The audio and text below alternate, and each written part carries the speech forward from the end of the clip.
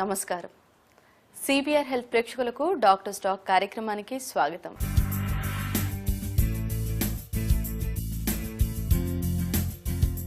ఈ మధ్య కాలంలో చాలా మంది స్త్రీలలో మనం ఎక్కువగా చూస్తున్న సమస్య వైట్ డిశ్చార్జ్. దీనికి గల కారణాలేంటి, వీటి లక్షణాలు ఏ విధంగా ఉంటాయి, అలాగే వీటి చికిత్స విధానాల గురించి, తీసుకోవాల్సిన జాగ్రత్తల గురించి మనకు వివరించేందుకు ప్రముఖ గైనకాలజిస్ట్ డాక్టర్ సవితాదేవి గారు మనతో ఉన్నారు. వారిని అడిగి మరిన్ని విషయాలు తెలుసుకుందాం. నమస్కారం డాక్టర్ గారు. నమస్కారం. Welcome to doctors talk. Thank you madam, ముందుగా చెప్పండి, మీ దగ్గరికి ఇప్పుడు చాలా మంది స్త్రీలు వైట్ డిశ్చార్జ్ అని, అలాగే నడుము నొప్పి, నీరసం అంటూ వస్తూ ఉంటారు. ఇవన్నీ ఒకటే జబ్బుగా పరిగణించవచ్చా?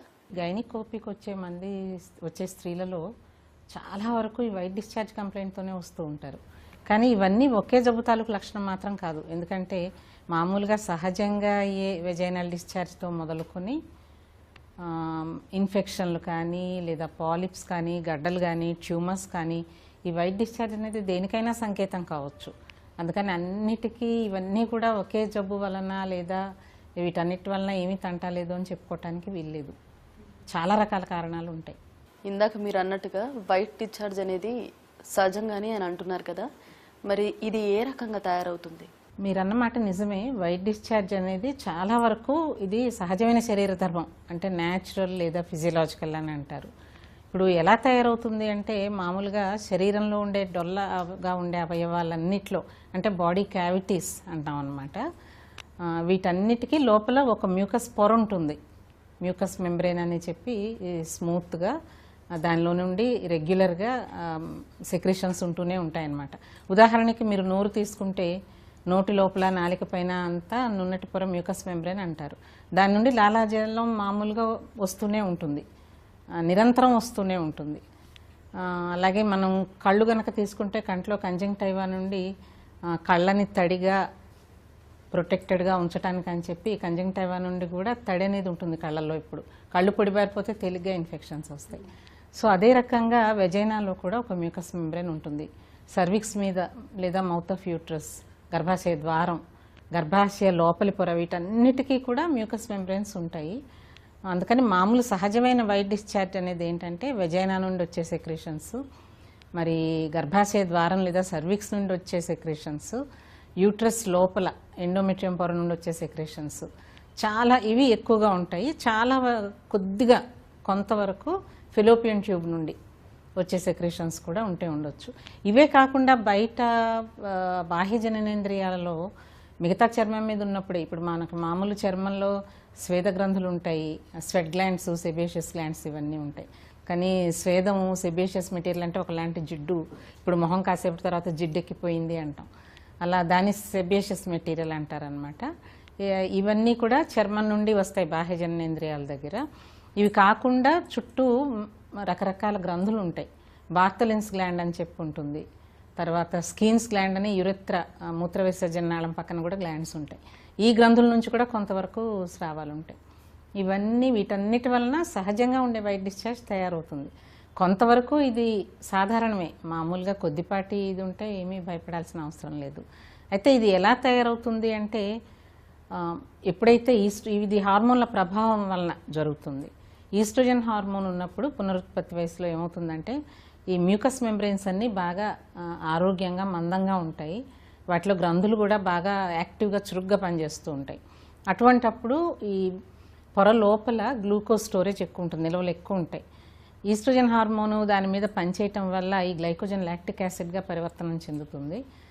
దానితోటి ఈ వెజైనల్ డిశ్చార్జ్ ఉంటుంది. దానికి యాసిడ్ pH ఉంటుంది, ఎసిడిక్గా ఉంటుంది అనమాట.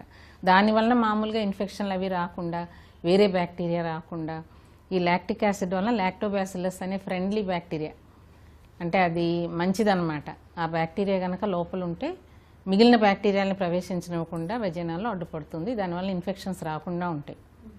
మరి న్యాచురల్ డిశ్చార్జ్ అనేది ఏ సందర్భాల్లో ఎక్కువగా కనిపిస్తుంది? మనం హార్మోన్ల ప్రభావం ఉంటుంది చాలా వరకు అని చెప్పుకున్నాం కదా, అందుకని అండం విడుదలైనప్పుడు ఈ మ్యూకాయిడ్ డిశ్చార్జ్ అంటారు, మ్యూకస్ లాగా డిశ్చార్జ్ ఉంటుంది. ఎందుకంటే ఈ సమయంలో గర్భిణీ రావటానికి వాతావరణం అనుకూలంగా ఉండాలి. అండం విడుదలైన సమయంలో అందుకని స్పర్మ్ తేలిగ్గా దాన్ని చొచ్చుకుని లోపల గర్భాశయం లోపలికి ఫెలోపియన్ ట్యూబ్లోకి వెళ్ళటానికి వీలుగా ఈ డిశ్చార్జి పల్చగా మ్యూకస్ లాగా ఉంటుంది.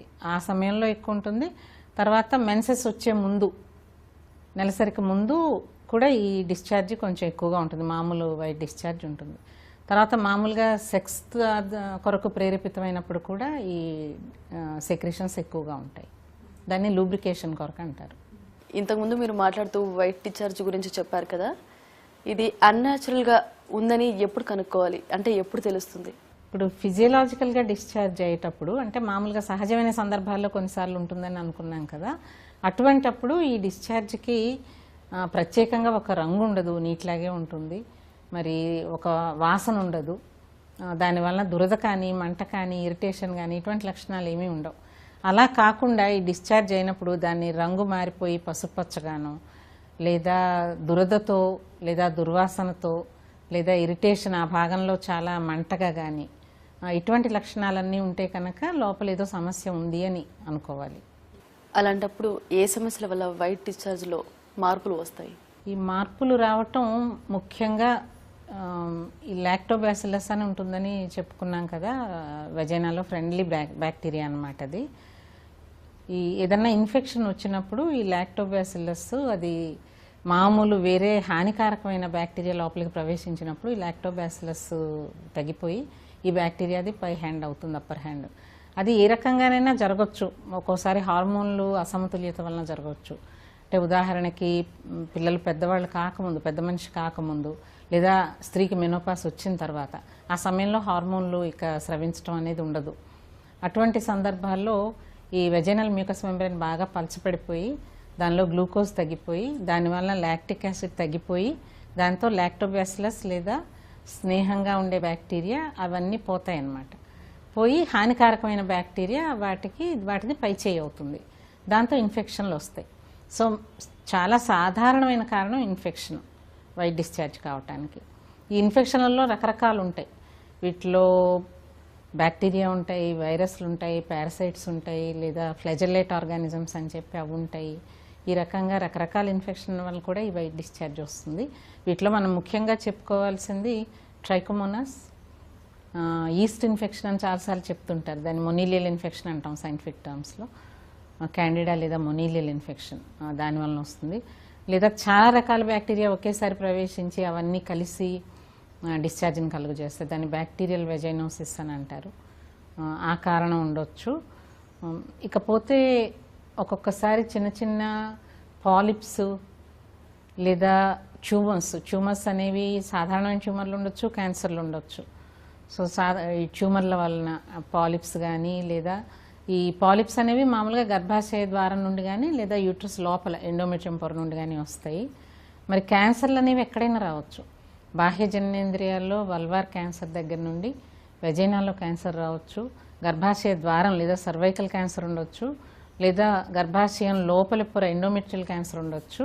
ఒక్కోసారి ఫెలోపియన్ ట్యూబ్లో కానీ ఓవరీలో కానీ ఉన్న క్యాన్సర్ల వలన కూడా ఈ అసాధారణమైన డిశ్చార్జి వస్తూ ఉండొచ్చు. ఇవన్నీ కూడా కారణాలు అన్నమాట ఈ వైట్ డిశ్చార్జిలో మార్పు రావటానికి, సిమ్టమ్స్ లక్షణాలు తేడాగా ఉండటానికి. ఇందాక మీరు మాట్లాడుతూ చాలా రకాల ఇన్ఫెక్షన్స్ గురించి చెప్పారు కదా, పలానా ఇన్ఫెక్షన్ వల్లే ఇది కలుగుతుందని ఎలా చెప్పగలరు? అది రోగిని పరీక్షించి చూడడం ద్వారా, కొన్ని రకాల పరీక్షలు చేయటం ద్వారా డయాగ్నోసిస్ చేస్తాము. మామూలుగా ఏంటంటే చాలా వరకు వాళ్ళు చెప్పే లక్షణాలను బట్టి కూడా గుర్తుపట్టవచ్చు. ఉదాహరణకి సర్వసాధారణమైనది ట్రైకోమోనాస్ లేదా దాని తర్వాత ఈస్ట్ ఇన్ఫెక్షన్ అని అనుకున్నాము. ఈస్ట్ ఇన్ఫెక్షన్ ఎక్కువగా కనపడుతూ ఉంటుంది. ఈ ఈస్ట్ ఇన్ఫెక్షన్ అనేది మామూలుగా నెలసరి అయిన వెంటనే కానీ, లేదా గర్భవతిగా ఉన్నప్పుడు కానీ, లేదా డయాబెటీస్ ఉన్న స్త్రీలకు ఎక్కువగా వస్తూ ఉంటుంది.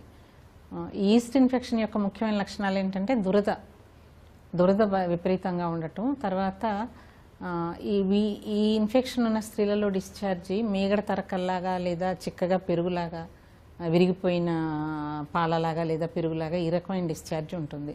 మరి మేము పరీక్ష చేసి చూసినప్పుడు లోపల కూడా ఆ మ్యూకస్ మెంబ్రేన్ అంతా ఎర్రగా అయిపోయి అక్కడక్కడ తెల్లటి ప్యాచెస్ లాగా అంటుకుని ఉంటాయి అన్నమాట లోపల. అదే కాకుండా బయట బాహ్య జననేంద్రియాల్లో కూడా బాగా ఎరుపు, చర్మం, ముందు మొట్టమొదటిసారి అది బాగా పలచబడిపోయి వల్వైటిస్ అంటారు అలా ఉండటం. మరి కొన్నాళ్ళు తరచుగా ఇన్ఫెక్షన్లు వచ్చే వాళ్ళకి చర్మం బాగా బిరుసెక్కిపోయి అక్కడక్కడ చర్మం చిట్లిపోయి ఇటువంటి లక్షణాలు కూడా కనపడతాయి. సో ఈస్ట్ ఇన్ఫెక్షన్ని ఈ రకంగా ఇటువంటి లక్షణాలు ఉంటాయి ఈస్ట్ ఇన్ఫెక్షన్లో. మరి ట్రైకోమోనాస్ ఇన్ఫెక్షన్ అనుకున్నాం. ట్రైకోమోనాస్ ఇన్ఫెక్షన్లో మామూలుగా దురద ముఖ్యమైన లక్షణం ఉంటుంది వాళ్ళకి. దాంతోపాటు ఈ డిశ్చార్జ్ ఏదైతే ఉంటుందో ఇది పల్చగా ఒక రకమైన లేత పసుపచ్చని ద్రవంలాగా ఉంటుందన్నమాట. మేము లోపల పరీక్షించి చూసినప్పుడు లోపల ఎర్రగా చిన్న చిన్న చుక్కల్లాగా, దీన్ని స్ట్రాబెర్రీ వెజైనైటిస్ అంటారు, దానికి ఉన్న పేరు అనమాట. అంటే లోపల స్ట్రాబెర్రీ మీద ఉన్నట్టు ఎర్రటి చుక్కలు ఉంటాయి, అది దాని లక్షణం. ఇకపోతే బ్యాక్టీరియల్ వెజైనోసిస్ ఉన్న స్త్రీలకు దురద అంత పెద్ద లక్షణం కాకపోయినా కూడా ఒక రకమైన దుర్వాసన ఉంటుంది. దాన్ని ఫిషీ ఆర్డర్ అంటారు. అంటే మనం చేపల మార్కెట్లో వెళ్తుంటే ఎలాంటి వాసన వస్తుందో దాదాపు అటువంటి వాసన ఉంటుందన్నమాట. డిశ్చార్జ్ కొంచెం గ్రే కలర్లో, అంటే డర్టీ బ్రౌన్ కానీ గ్రే కానీ అట్లా మురికిగా మట్టిగా ఉన్నట్లు అటువంటి డిశ్చార్జ్ ఉంటుంది. ఈ లక్షణాలన్నిటి బట్టి చాలా వరకు గుర్తుపడతాము. ఇకపోతే మనం ఇందాక పాలిప్స్ ట్యూమర్స్ గురించి చెప్పుకున్నాం. ఇప్పుడు గర్భాశయ ద్వారం దగ్గర సర్విక్స్ దగ్గర పాలిప్ కనుక్కుంటే ఆ డిశ్చార్జ్తో పాటు కలయిక తర్వాత బ్లీడింగ్ కావటం, అలాగే గర్భాశయ ద్వారానికి ఉన్న క్యాన్సర్ కూడా మొట్టమొదటి లక్షణం ముందు వైట్ డిశ్చార్జ్ అవుతుంది, దాని తర్వాత తెలుపు ఎరుపు కలిపి అవుతుంది, ఒక్కొక్కసారి తెల్లగా ఒక్కొక్కసారి ఎర్రగా బ్లీడింగ్ అన్నమాట, ఆ రకంగా అవుతుంది. అదే కాకుండా కలయిక తర్వాత బ్లీడింగ్ కనపడటం అనేది పోస్ట్ కాయిటల్ బ్లీడింగ్ అంటారు. గర్భాశయ ముఖద్వార క్యాన్సర్కి అది ముఖ్య లక్షణం. కానీ ఇటువంటి లక్షణం కనుక కనపడితే స్త్రీలు వెంటనే తప్పనిసరిగా వెళ్ళి పరీక్షలు అవి చేయించుకోవాలి. ఇక ఎండోమెట్రియల్ క్యాన్సర్ అనేది మామూలుగా చాలా లేట్ వయసులో వస్తుంది. సాధారణంగా 60 సంవత్సరాలు దాటిన వాళ్ళకి, ఒక్కోసారి 50 తర్వాత కూడా రావచ్చు. మామూలుగా మెనోపాస్ తర్వాత వస్తుంది. ఇటువంటి వారికి మామూలుగా ఎటువంటి ప్రెజెంటేషన్ ఉంటుందంటే మెన్సెస్ ఆగిపోయిన తర్వాత, మెనోపాస్ తర్వాత విపరీతంగా వైట్ డిశ్చార్జ్ కావటం లేదా బ్లీడింగ్ కావటం. దీన్ని బట్టి మేము పరీక్షలు చేసి చూసినప్పుడు ఎండోమెట్రియం లోపల పొర మందం బాగా ఎక్కువగా ఉన్నప్పుడు దాన్ని బయాప్సీకి పంపిస్తే మనకి ఏమిటని అర్థమవుతుంది. అలాగే ఎండోమెట్రియల్ పాలిప్స్ ఉన్నా కూడా ఈ రకమైన వైట్ డిశ్చార్జీ లేదా బ్లీడింగ్ ఇవన్నీ కూడా కావచ్చు అన్నమాట. ఇంకొకటి ముఖ్యంగా చెప్పుకోవాల్సింది సెక్షువల్లీ ట్రాన్స్మిటెడ్ ఇన్ఫెక్షన్స్. అంటే కలయిక ద్వారా ఒకరి నుంచి ఒకరికి, పార్ట్నర్స్కి ఒకరి నుండి ఒకరికి సంక్రమించే ఇన్ఫెక్షన్ని STIs అంటారు. సో వీటిల్లో ట్రైకోమోనాస్ కూడా సెక్షువల్ ట్రాన్స్మిషన్ ద్వారానే వస్తుంది. ఇంకా మరి హెర్పీస్ ఇటువంటి వాటన్నిటికి కూడా, ఈవెన్ మామూలు మొనిలియల్ ఇన్ఫెక్షన్ కూడా ఒకళ్ళకు ఉన్నప్పుడు కూడా రెండో వారికి కూడా రావచ్చు. మరి ఇంకా ఇమ్యూనిటీ తక్కువ ఉన్న స్త్రీలకు కూడా ఈ తరచుగా యూరినరీ ఇన్ఫెక్షన్లు, వెజైనల్ ఇన్ఫెక్షన్స్ అంటే HIV, ఇమ్యూనోడెఫిషియన్సీ, ఎయిడ్స్ ఉన్న వారికి, వీరికి కూడా ఈ వ్యాధి నిరోధక శక్తి బాగా తక్కువగా ఉండటం వలన తరచుగా ఇన్ఫెక్షన్లు వస్తూ ఉంటాయి. తరచుగా యూరినరీ ఇన్ఫెక్షన్లు, వెజైనల్ ఇన్ఫెక్షన్స్ వస్తుంటే తప్పనిసరిగా వారిని HIV కొరకు పరీక్ష చేసి చూడాలి. మిగిలిన సెక్షువల్లీ ట్రాన్స్మిటెడ్ ఇన్ఫెక్షన్స్ కొరకు కూడా పరీక్షించి చూడాలి. ఇంకొక ముఖ్యమైన కారణం క్లెమిడియా. ఈ క్లెమిడియా అన్నది కూడా ఒక రకమైన ఆర్గానిజం అన్నమాట, సూక్ష్మక్రిమి. దీనివల్ల కూడా వస్తాయి. అయితే ఈ క్లెమిడియాతో ఇన్ఫెక్షన్ ఉన్న వారికి ఒక్క వైట్ డిశ్చార్జ్తోనే ఆగకుండా ఈ ఇన్ఫెక్షన్ చాలా వరకు లోపలికి కూడా స్ప్రెడ్ అవుతుంది. లోపల దాకా వ్యాపించి గర్భాశయ ద్వారానికి, లోపల ఫెలోపియన్ ట్యూబ్స్కి, పెల్విక్ పెరిటోనియం, PID, ఈ పెల్విక్ ఇన్ఫ్లమేటరీ డిసీజ్ అనేదానికి ఈ క్లెమిడియా అనేది చాలా ముఖ్యమైన కారణం. డాక్టర్ స్టాక్ కార్యక్రమం